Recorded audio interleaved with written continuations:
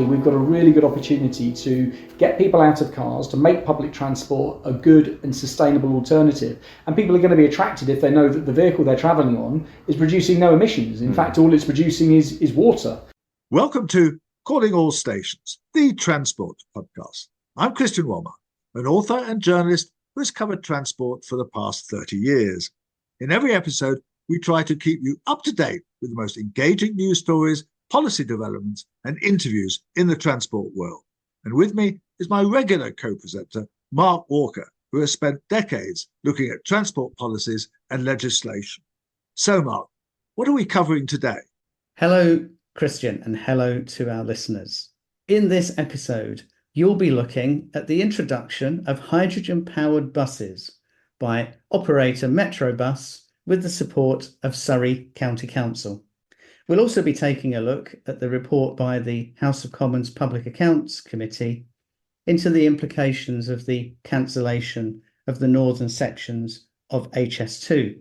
Loyal listeners will then get an update on where you are with the latest Christian Walmart book, The Liberation Line. And finally, you'll be reflecting on the demise of hyperloop. So, Christian, tell us all about your trip to learn everything there is to know about hydrogen buses. Well, this was a very interesting trip because I happened to be talking to somebody who told me about this development that actually Metrobus, which is part of the Go Ahead Group, are actually pioneering the idea of hydrogen buses, and they've got the biggest fleet in the country so far. So they originally got 20 buses with the help of a government scheme to support hydrogen buses. And now they've teamed up with Surrey County Council, who are paying for a third of 34 buses because Surrey is actually very conscious of the emphasis on cars in the county and the fact that they have a lot of poor air due to the emissions from vehicles. Of course, they got a chunk of the M25 going through there. So this is a really interesting development because I've been fairly skeptical about hydrogen buses. So anyway, I started off by talking to Ed Willis, who's the managing director of Metrobus, along with Matt Furness, who's the Conservative councillor and cabinet member for Highways, Transport and Economic Growth, who is behind the scheme to get a further 34 buses. And I started off by really being given a technical briefing by Ed. So in what way is this different from an ordinary bus? So it's powered entirely by hydrogen. Right. So obviously in a conventional diesel bus, you'll have the engine. With this, we use a hydrogen fuel cell to provide the power to propel the vehicle, and we've ensured that all the customers on the bus can get information about exactly how the process works. Yes, there's lots of information here, battery pack and all that. So briefly explain to me how it works as opposed to a diesel engine. So in effect, the hydrogen from the tanks are delivered into the fuel cell. Right. That then generates the chemical reaction, resulting in the power generation that will turn the electric drivetrain. The chemical reaction being H2O, I mean the creation of water. No? Yes. Yeah. Right. So the only emissions from this vehicle is water vapour at the tailpipe, or from a steam from a vent at the top of the vehicle. Right. So you will either get steam you'll get a combination of both. Steam venting from the top and water from the exhaust at the rear. Right. So instead of having the emissions you would see from a diesel vehicle, you have water vapour coming out of the exhaust system. And this is all happens on the roof, does it? Everything is on the roof, it seems, or the tailpipe and the roof. Right. Yeah. So the magic happens on the roof. Right. The fuel cell is up there. Yes. Yeah. The fuel cell, the gas storage tanks are all on the roof, and what this means is that the vehicle, so on a diesel bus you'd have the steps up to the back, and you'd have the engine over there, yes. Yeah, the engine at the rear. Right. And so here, the vehicle's actually got a lot more headspace, it's got a lot more room at the back, it's a lot more open. Right. Because everything's on the roof. Right. So when we maintain the vehicles, We will drive it into a gantry where our engineers will then open the access flaps from the roof and work on the Right, roof. it's not like opening the bonnet at the front, right? Down below, they open the top, right? So it's completely different. If you access what would have been your traditional bonnet at the rear, there's not a lot there now, actually. Right. In fact, as you can see, the bus is almost flat to the back. Yes, I can see the seats. seats at the back are kind of the best seats in the house, as it were. Yes. Okay, so and how is this? How do you then get the fuel into the? How do you get the hydrogen in? So what we have on site here is the UK's first liquid hydrogen refuelling station, and we're still working through the final regulatory approvals to get it up and running. But at the moment, we have a tanker delivered with the hydrogen gas. They connect it into the system, and that will deliver the hydrogen through these set of pipes to one of the 3 dispensing terminals we have here. Right, I can see a set of pipes outside, running parallel to the railway, as it were, as it happens. Yeah, yeah. And it comes the hydrogen. This is hydrogen in those pipes. Correct. Yeah, yeah. The hydrogen will come through onto these dispensing stations, Right. and a bit like your fuel pumps of old, we've got hydrogen dispensers. So that will then connect into the vehicle, and perhaps if we go outside, I can show you the dispenser itself. Right. It's also worth mentioning the bus has regenerative braking, so that means that the kinetic energy from braking gets stored in the battery Right. and creates more energy. Right. Hi, Chris. Okay. This is Chris. So- Oh, there you go. She's told you. Hi there. So we're now outside the bus, and there's a series of dispensers that are basically slightly like a petrol pump, which have rubber hose connectors, which then put the hydrogen directly into the bus. And up at the top of the roof, or is it down here? So it's the little flap there. Oh, right. We're just getting a key to open it. Right. So what will happen here is we will put the connector on, and that is an infrared sensor. So they put in, they connect on, and then it will establish communications with the vehicle. Right. So the vehicle and the fueling island will communicate with each other. Just make sure that goes back in there. There we go. So when the refueling nozzle is connected, the system communicates with each other and says, the bus will say, I've got this much gas left in. Right. So please double check that is what you can see, because this is under pressure. And then that will communicate with the fuel island and say, yep, we can understand that, we can receive. And then it will, there's some lights on here, red, amber and green. When it turns green, it will allow the refueling to commence. Right.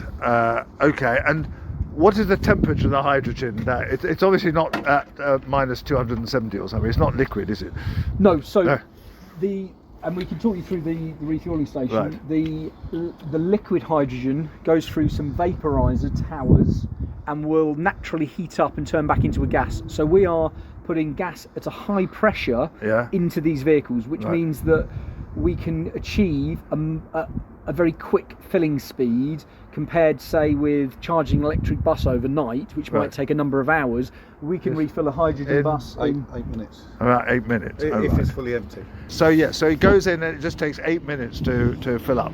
Yeah. Yep. So it is literally there. It will be connected, and as you connect, it will say, it will illuminate, and it will go through the red, amber, green. When it's on green and it's established the communications with the vehicle, it will then allow you to commence the filling process. Right. And we have someone with the vehicle, so we have to have someone with the vehicle to supervise it, but they don't really need to do anything. So once it's connected, the person just needs to supervise it, but they don't actually need to do anything. And the vehicle and the refilling station will communicate with each other, and it will say, right, I've got enough bar, I've got enough pressure, I've got enough hydrogen on board, and then it will cut off. Right. And obviously you don't want leaks of this stuff. How are we preventing leaks here? Presumably it's kind of very safe. Extremely safe. Right. Anytime we touch the vehicle, we all wear hydrogen protective gear measures on us. If we're working on the hydrogen part itself to do a service, we'll use basically a wand. It's a hydrogen wand, so we'll check over it. There's no if there's any drops, we can see that's what we use a hydrogen wand to find out where the leak is. But everything's up on the top of the roof. Right. I mean, of course, hydrogen isn't actually a dangerous gas of itself, is it, or is it? It's flammable. It's flammable. It's very flammable. Yes. It's 14 times lighter than air. So Right. if you get a leak, it just goes straight it's up. going to go straight up. Right. So And if it was the flammable, chance- it would change yeah. whoosh. Right. And everything is vented. So actually, if there were an issue, the hydrogen would vent. So Right. if and it's very rare anyway, but there has been sort of, in my time I've been involved in a diesel bus catching fire, which we call a thermal incident, and everything else. And from a hydrogen thing, the gas will go almost instantaneously. So unlike say diesel or electric, the energy's there on the vehicle. Right. The hydrogen bus thing, the gas can go very quickly if we had to vent it. Right. And because of the energy density, it's a lot similar to diesel. Right. So we can store a similar volume that would be able to power a similar number of vehicles. When the hydrogen is needed, it will go through these vaporizer blocks, and it will naturally heat the liquid hydrogen up, and it will return to a gas. It is then fed through the system at So it comes in as liquid hydrogen. yes, which means Which is minus 240. Right. Right. Okay. But that means we get the energy density more equivalent to diesel. So Right. it's more efficient, we will need less deliveries, and we can fill more vehicles. So it is a much more efficient way to deliver the gas onto the site. So, but at the moment, how do you get it in at the moment? So until we've got this site fully operational, we have a temporary gas supply delivered. So we will have a big dispensing unit here, trailer filled with gas. Oh, right. So you're not using this new facility. At the moment, we've just bypassed it. Right. Okay. But you will do. Yeah. Okay. So we're working with the HSC just to sort of ensure that they're fully comfortable with how we work that, and they fully understand sort of the implications of having liquid hydrogen on our site. So after we looked at the buses, we went back to the offices of Metrobus, where I had a chat with Ed and Matt, particularly finding out about the origins of the fact that Surrey were introducing these 34 new hydrogen buses, and indeed looking at the background to what is undoubtedly a pioneering scheme. I'm talking to Ed Willis, Managing Director of Brighton and Hove and Metrobus, and also to Matt Furness, who's the Cabinet Member for Highways, Transport and Economic Growth at Surrey County Council, which was the originator of this project for hydrogen buses. So starting with you, Matt, just tell me how this project came about and how Surrey's ended up being the biggest operator of hydrogen buses in the country. Well, actually, it was a joint bid that we put together. So it started with Surrey with our climate declaration. Sort of 42% of our carbon comes from transport. Right. So that was it's more than double of what sort of national average is. Right. We are a rural county. It is a challenge to get around Surrey on public transport. So our big focus was really investing in buses. Right. And we put aside £50 million of our own capital. This is your money? Yes, Not Surrey County Council. State money, right. No, Surrey County Council, we put that 50 million aside. And we've purchased, with Metrobus, 34 buses to add to their fleet of 20 buses. So it's a good chunk of cash. Oh, right. So you didn't do the first 20? The first 20... Yeah, the first. The the first 20 were funded with a partnership through the Department for Transport under their ultra low emission bus fund. Right. The Jive partnership, which is an EU partnership of different participating hydrogen operators. I did see it has a little label saying sponsored by the EU. Is that allowed? They still perhaps sneak in somewhere. And there was also a small contribution from Gatwick Airport as well into the original 20. So it's been a bit of partnership funding, and we put in the equivalent of what would been the traditional diesel bus price. So the first one was a consortium of different partners, and then for the 34 that we've now got on order, that's the partnership we've got with Surrey, where they're funding it as part of their sort of climate emergency and commitment to reducing emissions. Oh right. So Matt, you saw this kind of project happening and then decided to camp in on it, basically, because obviously this is Sussex and you're Surrey. That's right. I mean, Metrobus operate a lot of the routes in the east of the county. Right. So being one of our biggest partners, that's why, yes, we joined forces. We provided the cash. It's in order for them operators to either go fully electric, or for hydrogen, the prices just increased dramatically over a standard diesel bus. So that's why we set aside this fund. Can you give any ideas of what the extra cost is? I mean, it is almost double now to look at either a fully electric bus or a hydrogen bus. What, the purchase price is double, or yes, double the cost of a diesel. So for a diesel double decker, we might be looking at around 280,000, and for the equivalent in electric and or hydrogen, they're nearly 500,000. Wow. Okay. So how do you make up that amount? Is that the county council supporting that, or what? Well, in the case of the 34 vehicles in partnership with Surrey has funded the whole vehicle, and we're funding the additional infrastructure. But then looking forwards, the government is looking at a Zebra 2 scheme that we haven't heard the outcomes of at the moment. So there's different partners need to put in different funding amounts to help make up the cost of buying those vehicles. And that's where the DFT scheme will support in the purchase of the vehicles. Okay. And what about in terms of running costs? I mean, obviously, you don't pay fuel tax, but hydrogen is quite expensive, as I understand it.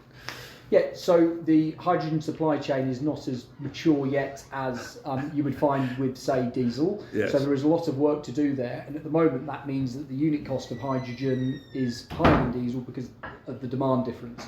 But we're confident that the unit cost of hydrogen will come down.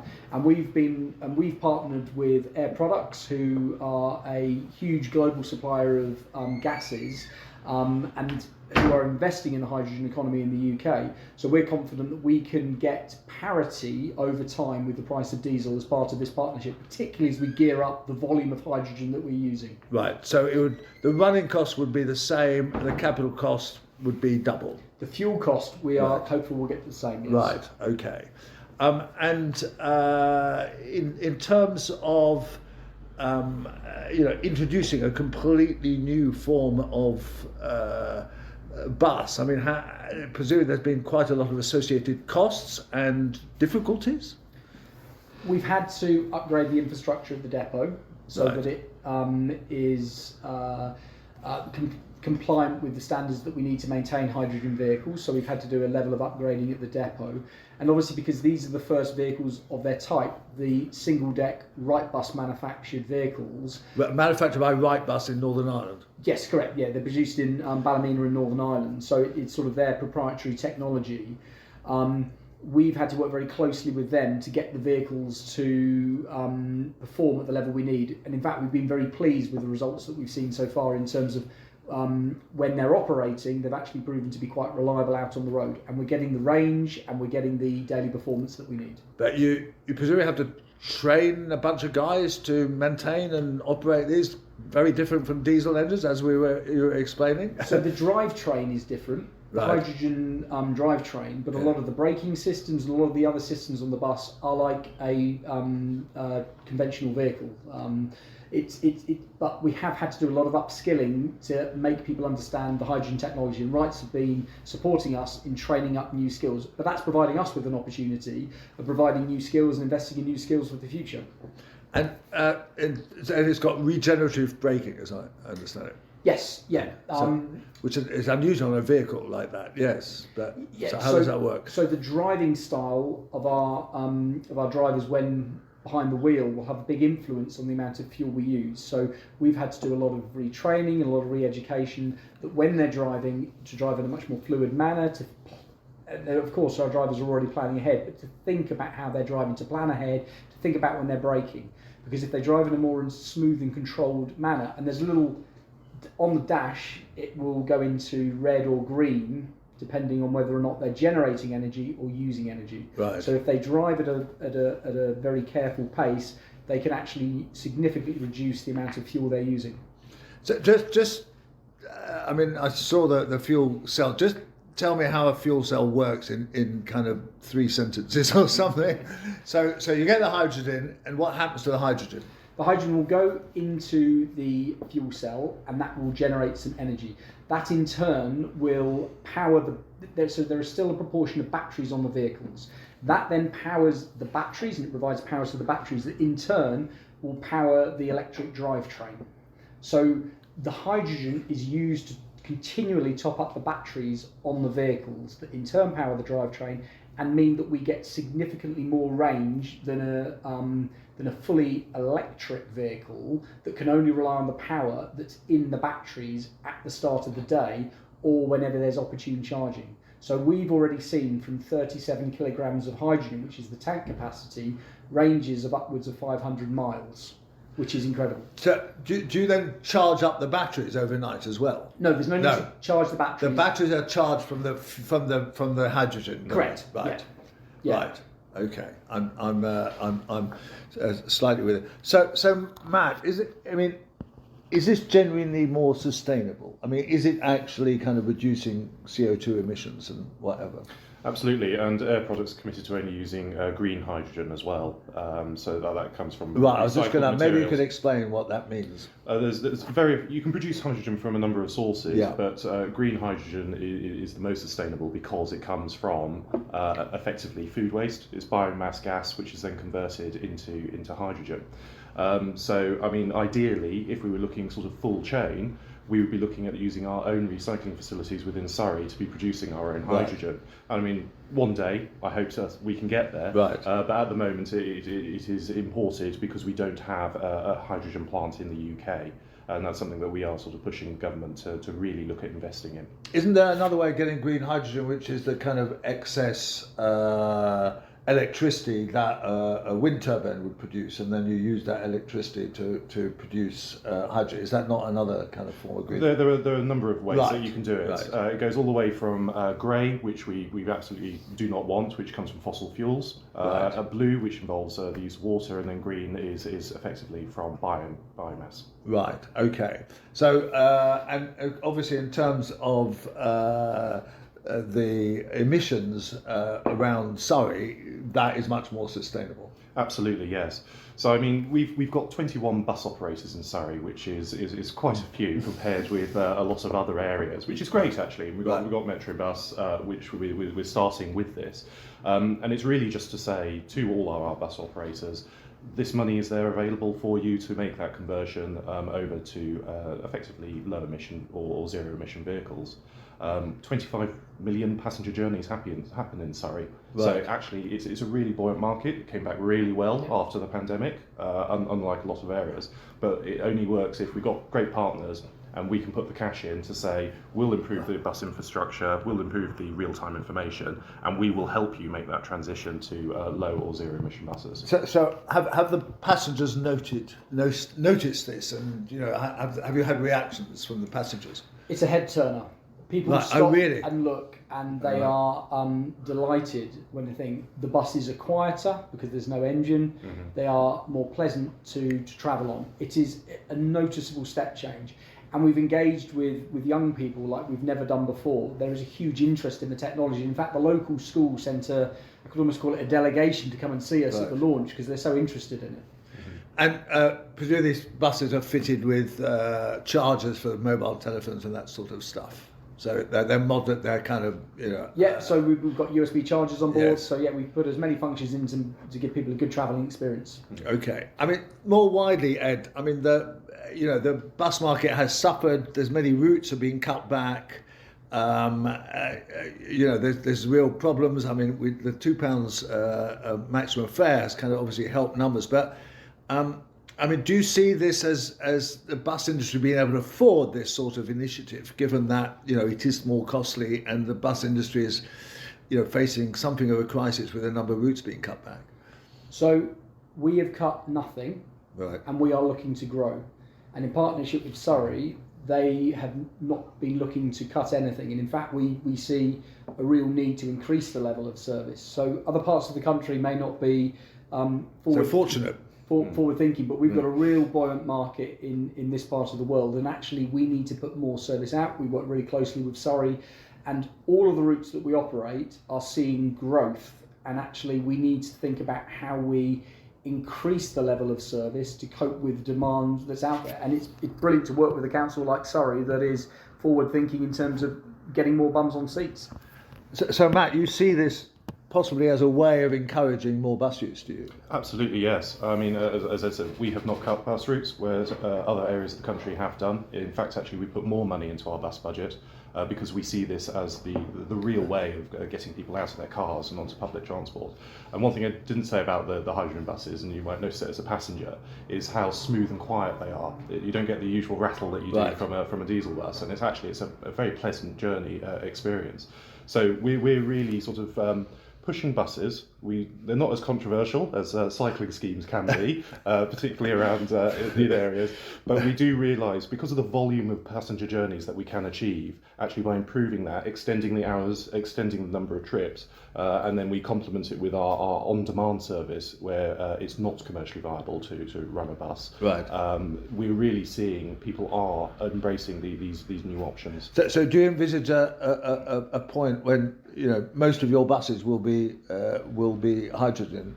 Hydrogen or electric, yes. Right. We're not dictating to the operators what they should use, but we're saying we will fund the difference or outright the replacement But buses. that's okay with a big company like Metrobus. Can you do it with the smaller operators? We can do it with both. That's absolutely fine. But I think the key thing is, if we can start with Metrobus and others, then as the hydrogen vehicles then start to cascade through the system, that's the important bit. It's making them more available and more affordable as well.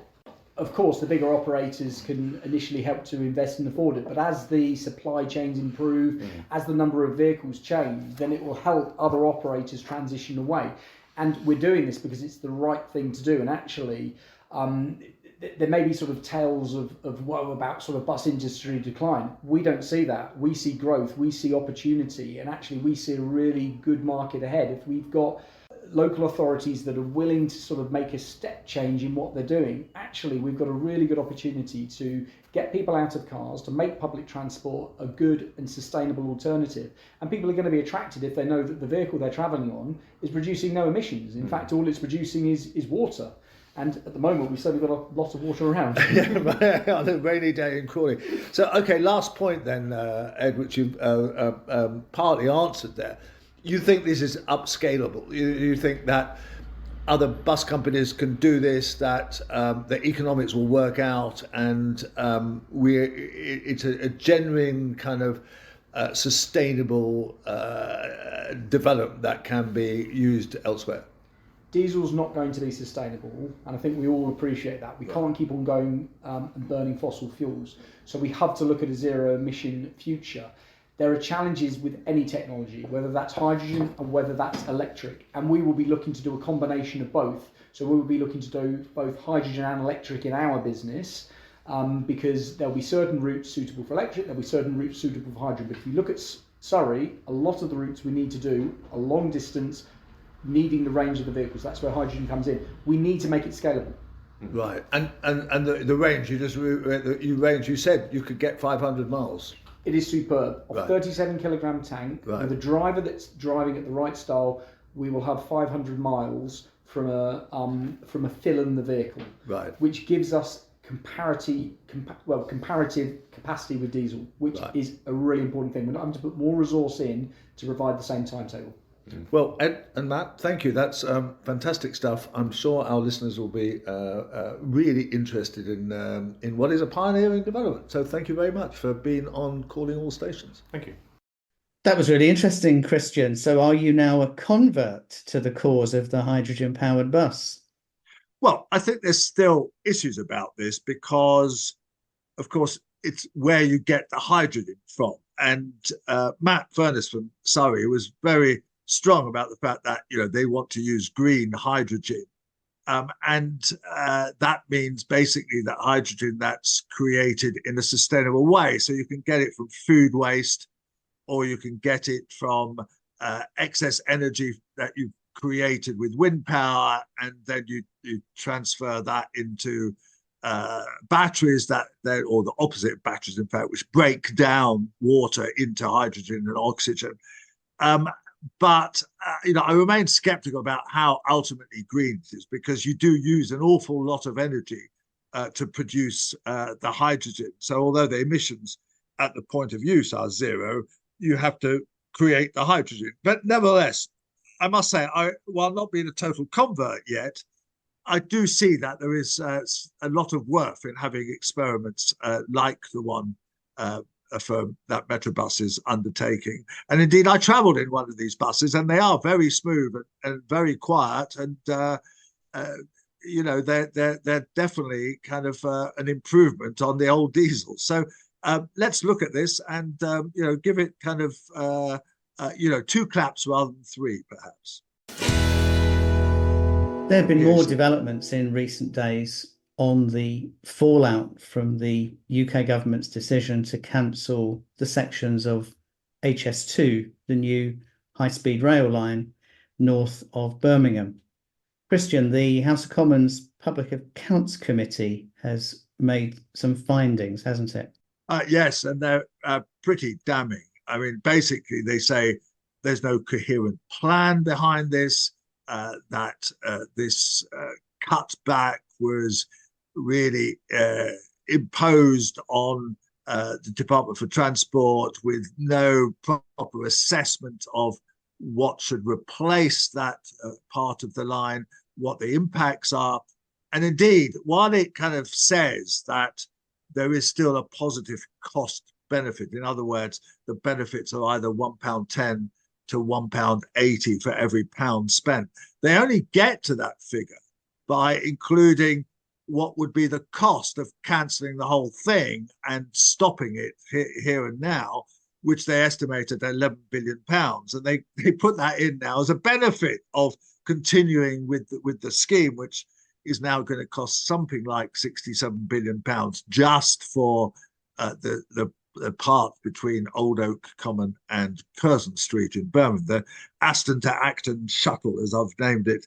So it's really a complete mess, which the Labour government, we're assuming that there will be a Labour government or whatever government it is after the election, is going to have to sort out in some sort of coherent way, because it can't just leave this little bit of shrunken line, hardly connected to the rest of the network, having cost an absolute fortune and not really doing much good. So I must say, I've read many damning reports from the Public Accounts Committee, and that's up there in the Premier League of these reports.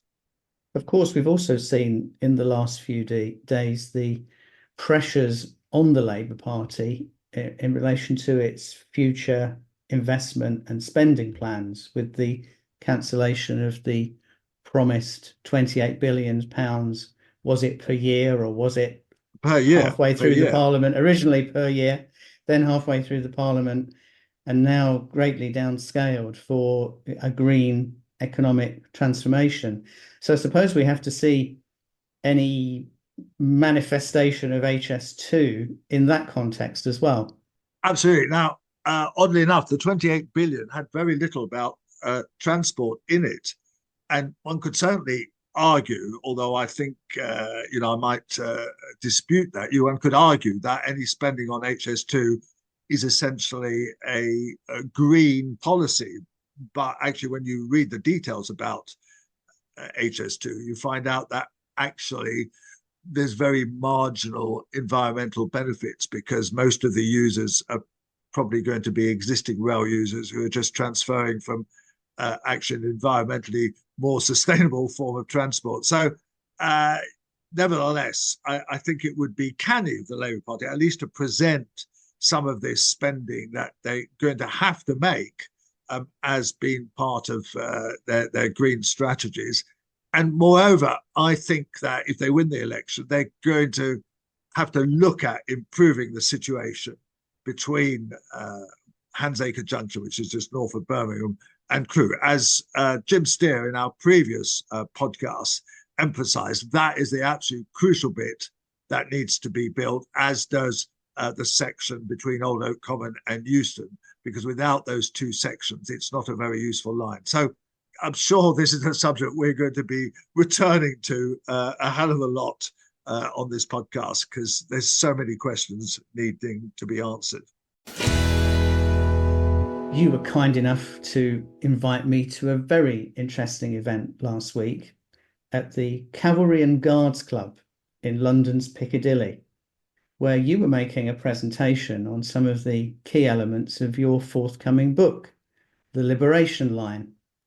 Would you like to explain to our loyal listeners where you are with the book and what's in it and when we might see it?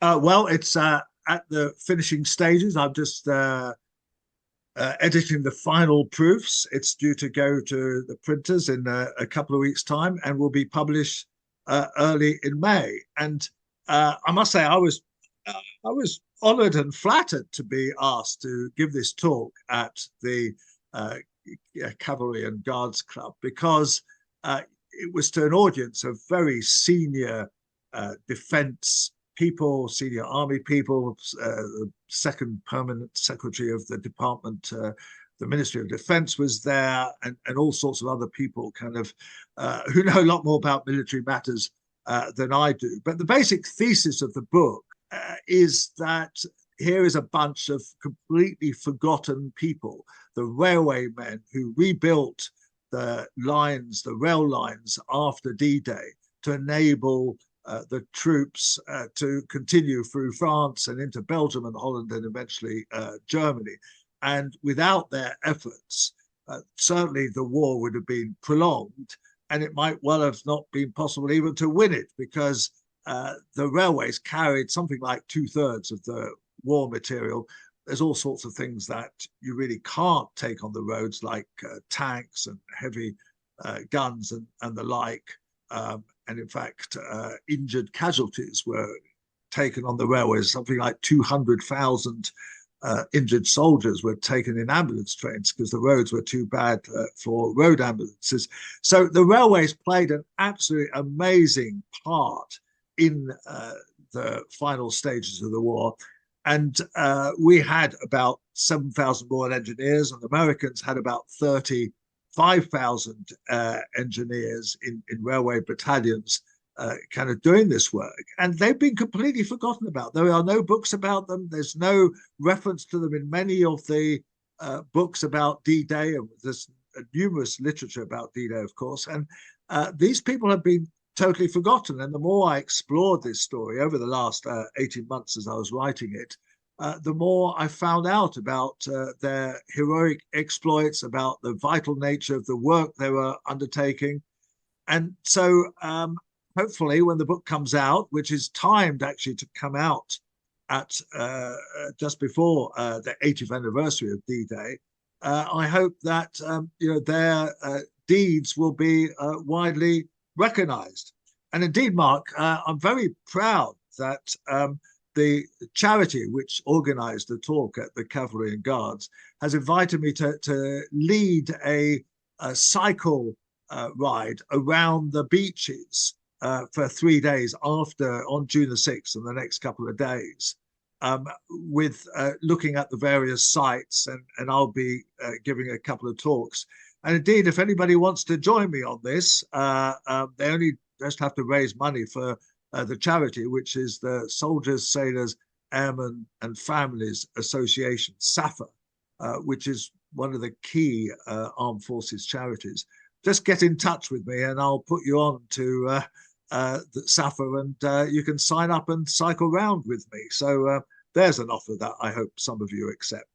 We'll put the link to SAFA on our X account so that listeners can find that for themselves. Absolutely, yes. I've been asked. I've got some special material for social media, and yes, we'll put that on the. I still call it Twitter, Mark, but the X account. Here's Christian's final thought from the Departure Lounge. Well, I I came across an article which I should have spotted at the end of the year, because it came out at the end of the year, about the end of the hyperloop program that was sponsored by Richard Branson and Elon Musk, and raised some $450 million to fund it. And of course, I've always been totally skeptical about hyperloop. Hyperloop, listeners may remember, was going to be bringing people between places at 600-700 miles an hour. They were going to travel in rather like those sort of vacuum tubes that shops, older listeners might remember these, in department stores. You'd kind of put your 20 quid in one, and then you'd send it along, and then you'd get your change back kind of whisked along these kind of vacuum tubes. And the hyperloop was supposed to be like that. There were all sorts of schemes that were being promoted. Estonia was going to get linked with Sweden with a hyperloop underneath the Baltic, and there was going to be one between San Francisco and Los Angeles, and so on. And yet the technology has just proved too expensive. The business case is absolutely not viable, because these pods that they're going to use can only carry about 30 or 40 people. So as a concept, it just wasn't viable. And I now discover that at the end of the year, they were actually dismantling the test program that was in southern United States. And basically, it's pretty much the end of any idea that this hyperloop thing is going to be the transport revolution that was promised. So that's my thought from the departure lounge. Calling All Stations, the transport podcast with Christian Walmart, is produced by Cogitamus Limited, a leading provider of public affairs consultancy services in the sector. We hope you've enjoyed this episode. If you have, please consider giving us a 5-star rating with whichever platform you use. Do also follow us on X, formerly known as Twitter. Our handle is @AllStationsPod.